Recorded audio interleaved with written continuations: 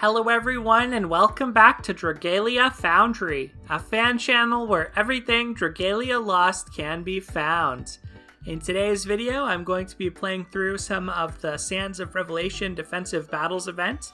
I'll also give you my impressions on the event story, as well as the accompanying character story for Incognito Nefaria, since she's going to be leading my team here. I've got Team Flames of Friendship. They brought me a lot of luck when I was summoning, so I decided I would want to show them off in this video. We're going to start off with just a solo clear of the defensive battle on Master difficulty, and then I'll share a co-op clear on the EX difficulty as well to end things off. I really like this event. I thought it had a cute story. I think they've streamlined the defensive battles a nice amount. You still have to do a fair amount of play every day in the form of 5 quests, but you can really easily and readily get to that 2 million mark as far as glory goes. You only have to play a total of 15 battles on the Master difficulty. So overall, I think that they did a good job of simplifying things, and just like with the Onslaught event that we got most recently, Twinkling Twilight, which featured Yukata Cassandra and Yukata Kurin, I think that they made it so that the early part of the event, the progression feels really smooth. You only have to do the easier difficulties once until you unlock the harder difficulties, and they made it so you can auto the easier defensive battles. And granted, they really simplified the maps into like a straight line shape or an L shape, but overall I think for the sake of convenience it's probably worth it, since you're mostly spending your time in this part of the content anyway, the harder difficulty, if you want to farm it out or grind it out. Man, it feels good to use Nefaria's skill and actually have a place to cast her second skill. It's awesome when it hits that many enemies.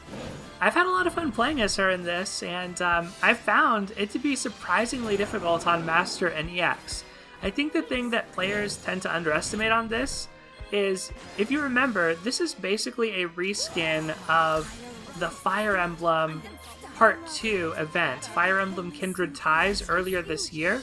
It's pretty much the same map. However, in that map, there were basically shadow clones or like mirages or forma of Chrom and Tiki and Peony. And this time around, you don't have those, but in their place, there are some very powerful, I guess, just like random enemies. You see one appear right there. They're kind of like commanders or whatever, and basically they take like a lot of damage to take down and stuff, and they also deal out a lot of damage. So I've seen players get tripped up in co-op play. I've actually died myself just getting caught by one of them and getting attacked a lot. So I've seen players with like tier 2 Agito weapons, you know, fully built out, 11k might or whatever. It's not easy to take some of these on, like if you're not too prepared for it. Basically, you want to try play defensively and then you should be pretty fine. But if you let yourself get too close to them, get caught in some of their hitboxes, yeah, they can do a lot of damage. So that's probably the thing I would say to watch out most for on this. The thing is, on Master difficulty, it really doesn't matter how well you do. And honestly, on EX, it also doesn't matter too much because it's so easy to farm up the 2 million glory that you need, that even if you're not getting all the survival bonuses or, you know, making it so that your gate takes no damage, it doesn't really matter because you're likely just to go over the top of what you need anyway by playing out the daily endeavors.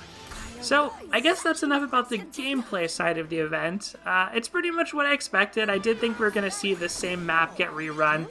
Obviously, I would have liked it a little bit more if, you know, there was some sand, there was a little bit of theming going on to actually fit the event itself. But we kind of knew from the summer event, if that wasn't like a beach event, then this was not going to be a desert event. Unfortunately, it's just reused assets right now as we prepare for the anniversary, where there should be something more spectacular. But other than that, I don't really have too much else to say on the gameplay side of things. So now I'll talk a little bit about the story. You already know that I'm a Ria fan, I'm a Nadine fan. I love their relationship and their bonds. I went over all of their adventure stories, including all of Nefaria's alts, ahead of this video to kind of refresh myself on things. If you remember, if you happen to have Dragalia Nefaria, she had some interesting things happen in her story. One of the things I think has improved significantly since the early adventure stories is a lot of those were focused on introducing those characters to the main cast. And honestly, the main cast, and particularly Yuden, they're just not the most exciting or interesting characters. Like, seeing Nefaria bounce off of Yuden is kind of dull. He kind of treats characters all the same way. And her Dragalia story was nice in the sense that we got more of the side characters than just Yuden. One of the things that actually happened in that is, canonically, that's when Mim gets a plushie of Yuden. So you may have seen some artwork on the game's Twitter of Mim holding a Yuden plushie. Well, she actually got it from Nefaria as a gift, which was kind of nice.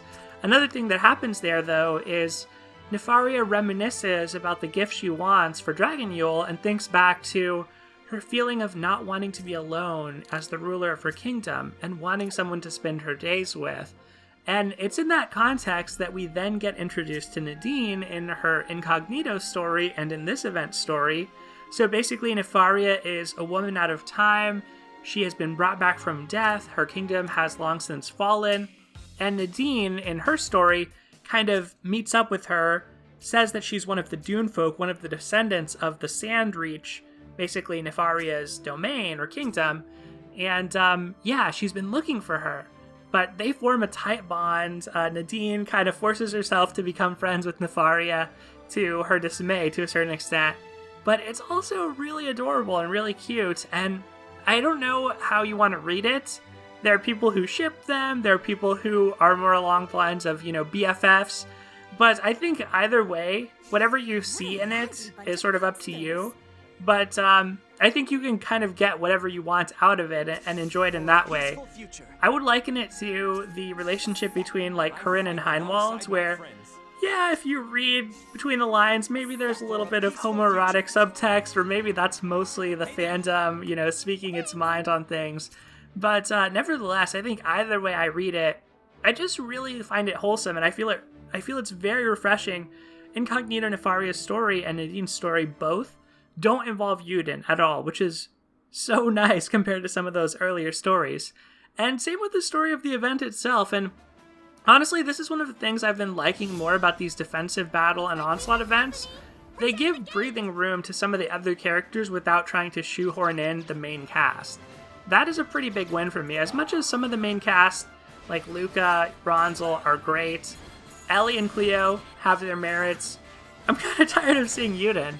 I really hope in part 3 of the game's life, I guess, after this anniversary, we really start to see events take place without him more and more, just because I think we've got this really rich cast of characters now, and I'd like to see more about, what they're up to, kind of their motivations, their backstories.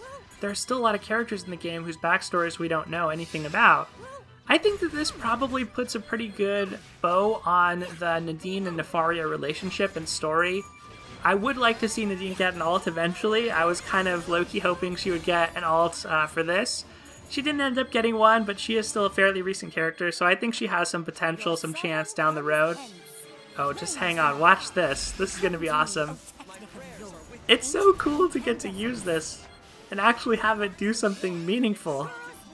Unfortunately, that particular skill is just not that useful in harder content like endgame boss fights such as Volk's Wrath. It's okay. I think that you do get a DPS boon from using it, but perhaps not a large enough one to risk using it. But yeah, now that I'm in co-op here, I can kind of just go a little wild and enjoy. I'm pretty impressed with how everybody on our team is doing, and I'm not doing too great myself, just kind of casting off skills with Abandon. But for me, it's all about just trying to land these huge meteors. If I can do that, whether I win or lose, I feel pretty satisfied. So far I've liked Ria as far as playstyle goes. But yeah, I guess that's pretty much going to do it for this video, everyone. That's kind of what I think about the event. I ended up liking it a lot. Having some of the characters I most enjoy certainly was beneficial to that. It's not really the best in terms of production value or anything, but they did up the ante a little bit with the event having voice acting in Japanese, which I think is a first for the Defensive Battles event outside of the original Fire Emblem one, so that was actually pretty enjoyable to see and get to play through. Let's see if I can get this off. Oh, that one was a little bit lame. Oh, I forgot the gate was under attack. I guess none of us noticed that. Yeah, it seemed like somebody had dropped the connection on our team, so they're following me around, I guess because I was the host. Anyway, that's okay. Like I said before, the points don't really matter too much in this. Now we have all of our skills charged up again to make good use of. One last thing I'll say, since you may yourself be tempted to go in for Nadine or Horus or Nefaria on this upcoming showcase, if you're newer to the game, I just want to let you know that these focus or elemental focus showcases, like the flame focus, it's usually not that good of a time to summon. They show those characters on the picture, however, it's kind of inaccurate because those are only some of the characters who have an appearance rate up. It's actually evenly split between all of the Flame 5 stars, so bear that in mind. You have the same chances of getting any Flame Adventurer 5 star or Flame Dragon 5 star. I think dragons have a higher weight than adventurers in general, but within the pool of dragons, within the pool of adventurers, it's evenly split across those. So it's okay if you really want to power up your flame teams and you're missing a lot of the flame characters, but you're not going to be getting anything of other elements, and you're not necessarily going to be specifically getting Nadine and Nefaria and Horus, even though they're shown on the picture. So definitely bear that in mind. I'd suggest at this point, waiting it out, saving, anniversary coming super soon. Have some videos planned that I'm excited to share with y'all. Looks like we're done with our dailies here. So once again, that is pretty much going to do it for today. Here's a last look at the Flames of Friendship team. I guess I'm going to go ahead and retire them. It seems like we could have done that with just Rhea and Nadine. After all, we may not have needed all four, but it was fun despite that. Thank you so much for watching. Take care, and I'll see you next time.